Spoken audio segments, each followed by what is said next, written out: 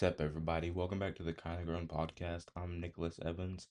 I want to start this episode with something I've noticed about people recently. Our most embarrassing moments aren't actually that big, but the way our brain reacts to them is completely dramatic. Like something tiny happens and your brain actually acts like you just made the news. You ever do something slightly awkward in public and immediately feel like everyone saw it, even though realistically nobody was paying attention? But in your mind, it feels like the entire room just paused to observe you. Like, say you're in a big public area and you tripped, and really no one saw it. But the thing is, if you trip in public and you, like, say you drop your drink, drop something else with you, that's when it gets even worse because you made a big loud noise. Now everyone turns to see you. All that's because us humans are very aware of themselves socially. We're constantly monitoring how we look, sound, and how we come across. Most of the time, it's all automatic, but certain situations trigger it instantly. Like I said, you trip slightly, you say something weird or off topic, there's a pause in the conversation. Suddenly, your brain switches into self awareness mode. Now you're analyzing everything. What did that look like? Did that sound weird? Did anyone notice what that I just did? And half the time, the moment wasn't even that serious. But your brain decides it was important enough to replay later tonight when you're trying to fall asleep. Today we're going to talk about those moments, not big problems, no advice, just little social situations that make being a human slightly awkward sometimes. The funny part is everyone experiences these things, but when they happen, it feels like it's just you. Let's start with one of the fastest ways to become self-aware in public. Tripping in public is one of the most humbling experiences a person can have because the moment it happens, everything slows down. Your foot catches something, your balance shifts, and for a split second, your brain goes, hold on, this might be bad. Then it happens, maybe you stumble, maybe you do that quick hop to catch yourself, maybe you fully trip, but before anything else happens, your brain immediately asks one question: who saw that? You don't check if you're hurt, you check the audience, you look left, right, behind you, because if nobody saw it, it basically didn't happen. But if someone did see it, now you have to perform the recovery. The recovery is the most important part. You might start walking faster like you meant to do that. You might look at your phone like you were distracted. Some people even pretend they were adjusting their shoe. Anything to rewrite the narrative that just happened. And funny part is, most people have done this before. So when someone else trips, they're usually not judging. They're just thinking, yeah, I've been there before. But when it happens to you, it feels different. Now suddenly you're hyper aware of walking. Steps feel weird. You're thinking about your arms, think about your posture. Walking becomes manual, something you've done your entire life suddenly feels like a complicated skill, all because your foot hit the sidewalk wrong. Oversharing usually starts very normal. Someone asks you a basic question like, how's your week been? Simple, you start answering it, and at first it's fine, but somewhere halfway through the story, your brain goes, why am I telling them all this much?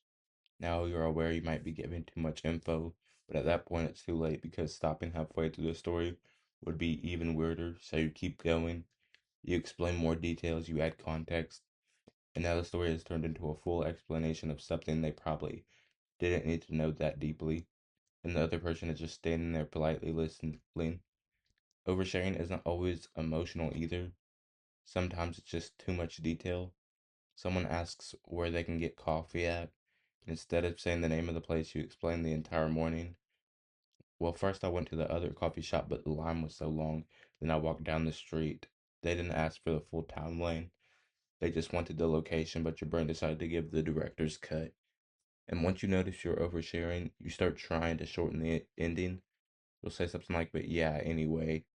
That anyway means you know it went too long, but you had to land the plane somehow. But the opposite of that is silence.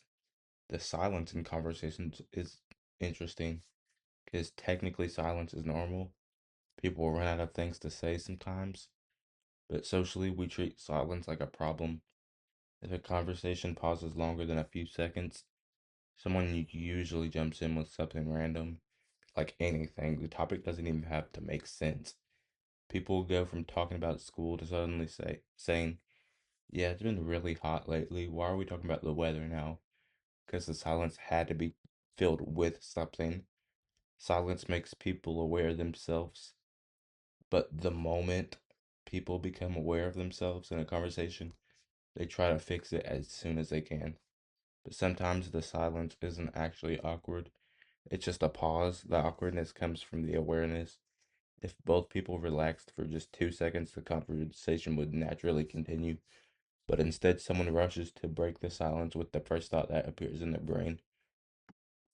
I was trying to get out of this conversation when I was out in public recently, and fake phone calls are one of the oldest social escapes strategies. You see someone from far away, maybe you're not trying to have a conversation, you're in a hurry, you just don't feel like talking right now. So what do people do? They pull out their phone and pretend they're on a call. Instant invisibility. It works because people respect phone conversations, even the fake ones. The funniest part is how obvious the fake ones are. Someone will put the phone to their ear immediately, start talking, no ringing, no delay, just straight into conversation mode. So they'll nod at that person they know while talking, even the other one can't see them. But socially, we all agree not to question it. If someone is on the phone, the moment is closed. My bad might be the most casual apology phrase people use, and I'm bad about it. I say it all the time, and we use it constantly, sometimes for things that don't even require an apology. You bump into someone slightly, my bad. You speak at the same time as someone else, my bad. Someone drops something near you, oh, my bad. It's almost like a reset button. Instead of analyzing who was actually responsible for the moment, we just say my bad and move forward. It keeps things smooth, but it's funny how automatic it is. Sometimes people say it before they even know what happened. This last one is one of the most stressful social puzzles ever. Someone approaches you like they know you, they're smiling, they say hello confidently, but your brain has no idea who they are. Now the pressure starts because if you admit you don't remember them, it could be super awkward. But if you pretend you remember them, you're entering a risky conversation. So most people choose the vague strategy. You keep everything general. Hey, good to see you. No names, no details, just neutral phrases that could apply to anyone. Meanwhile, your brain is searching for clues. Where do I know this person from? School, work, friends. The entire conversation becomes an investigation. This one, I mean, there's another man with dwarfism. I'm not going to say his name because this is going on public. And people will come up to me. He's like, I'd say he's 15 years older than me. They'll be like, oh, hey, what's up? Blank. And I don't look anything like bro, but we just both have dwarfism. So I'll either say I'm not him, or a lot of the times I mess with him. I just go with it. I said, I'm good, I'm good. How have you been? And I don't got a clue in hell who this person is. I'm recording this segment a little bit after I recorded the original podcast. I was back at my hometown mall. Walking the wrong direction in public is another moment that triggers instant self-awareness. You're walking confidently somewhere, then suddenly you realize you're going the wrong way. Now you have to turn around. But turning around feels like admitting you messed up. So some people pretend they forgot something, check their pocket or look at their phone, then slowly turn around like that was always the plan. It's funny how much effort we put into hiding the tiny mistakes, because realistically, nobody gives a damn. But in the moment, it feels like a big deal. Tripping in public, oversharing, and uncomfortable silence.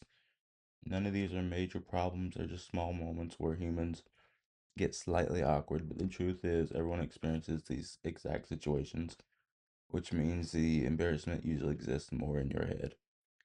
Make sure to check out the socials, link in the description. Remember, 1 out of 10 people know what they're doing. Odds are you're listening to the other 9. I will see you next time. Peace.